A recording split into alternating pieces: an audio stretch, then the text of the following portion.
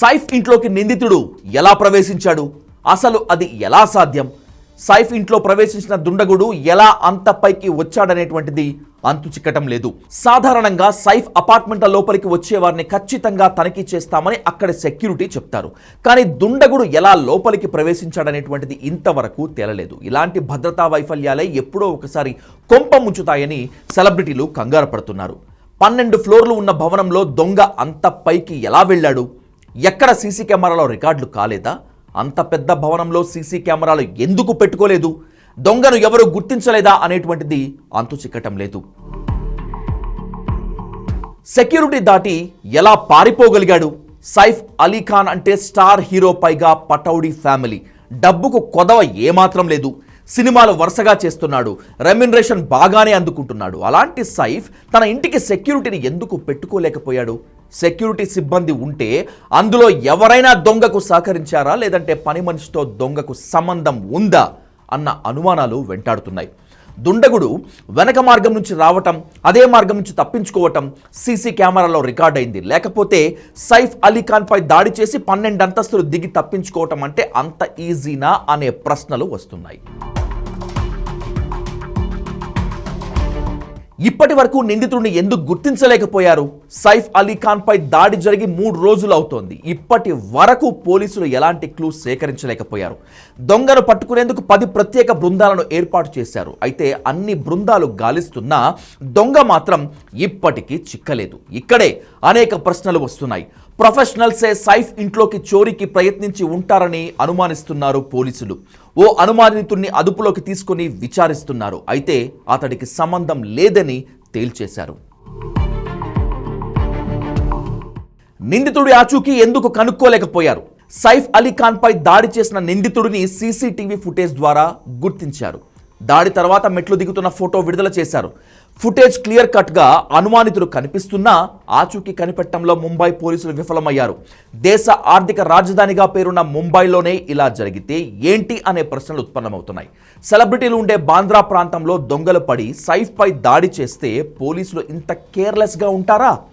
మాఫియాను వణికించే పోలీసులు ఉన్నప్పటికీ ఓ సాధారణ దొంగను ఐడెంటిఫై చేయలేకపోతున్నారా? ముంబై పోలీసులు అంత బలహీనులా? గతేడాది కాంగ్రెస్ మాజీ ఎమ్మెల్యే సల్మాన్ ఖాన్ స్నేహితుడు బాబా సిద్దికీ హత్యకు గురయ్యాడు. ఆ తర్వాత తామే చంపామని బిష్నోయ్ గ్యాంగ్ స్వయంగా ప్రకటించుకుంది. అయితే ముంబై పోలీసులు సైఫ్ కేసును మాత్రం ఛేదించలేకపోతున్నారు. పేరు గొప్ప, ఊరు దిబ్బ అన్నట్లు ముంబై పోలీసులు పేరు సంపాదించుకుంటున్నారు. ఫడ్నవీస్ పాలనలో శాంతి భద్రతలు ఇంత వీక్గా ఉన్నాయనేలా పోలీసులు వ్యవహరిస్తున్నారు. ఎంతోమంది ఎన్కౌంటర్ స్పెషలిస్టులు ఉన్నప్పటికీ జస్ట్ ఓ దొంగను ఎందుకు గుర్తించలేకపోతున్నారనేటువంటిది అంతు చిక్కటం లేదు. స్పెషల్గా నియమించబడినటువంటి బృందాలు ఏం చేస్తున్నట్లు? ఇంట్లో పనివాళ్లతో నిందితులకు సంబంధం ఏమిటి? సైఫ్ ఇంటిని దోచుకోవాలనుకున్నటువంటి ఉద్దేశంతో నిందితుడు ఇంటి వెనక ఉన్న మెట్ల మార్గం ద్వారా ప్రవేశించినట్లు చెప్తున్నారు పోలీసులు. అగ్ని ప్రమాదం సంభవిస్తే తప్పించుకునే మార్గం ద్వారా నిందితుడు లోపలికి వచ్చినట్లు చెప్తున్నారు పోలీసులు.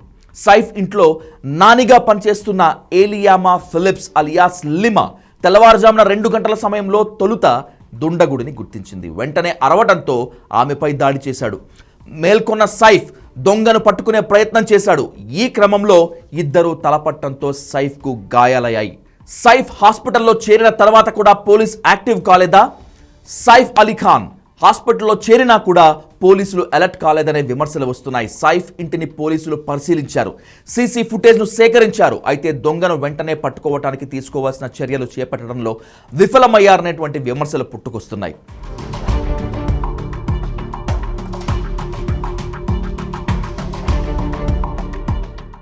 మూడు రోజులు పూర్తయినా దొంగను పట్టుకోకపోవటం పూర్తిగా పోలీసుల వైఫల్యమేనని ప్రతిపక్షాలు మండిపడుతున్నాయి.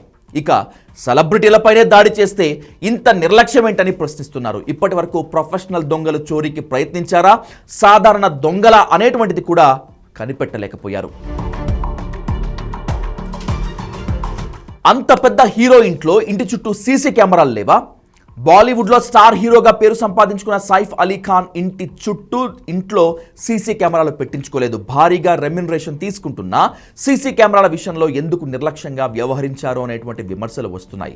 సీసీ కెమెరాలు లేవని తెలిసే దొంగ చోరీకి ప్రయత్నించాడా? సీసీ కెమెరాల విషయాన్ని ఇంట్లో పనిచేస్తున్న వాళ్లే దొంగకు సమాచారం ఇచ్చారా అనే యాంగిల్లో పోలీసులు విచారణ జరుపుతున్నారు. సైఫ్ ఇంట్లో పనిచేస్తున్న వారితో దొంగకు ఏమైనా లింక్ ఉందా అనే కోణంలో కూడా ఇన్వెస్టిగేషన్ జరుగుతోంది. ప్రొఫెషనల్సే సైఫ్ అలీ ఖాన్ పై దాడి చేశారా?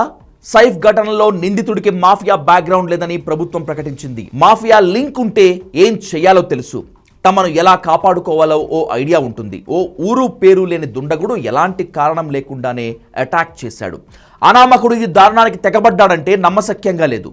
ఎందుకు, ఏమిటి అనే ప్రశ్నలు బాలీవుడ్ను కలవరపాటుకు గురి చేస్తున్నాయి. సైఫ్ పై దాడి చేసిన అనామకుడు సైఫ్ను కత్తితో ఎందుకు పొడిచాడు?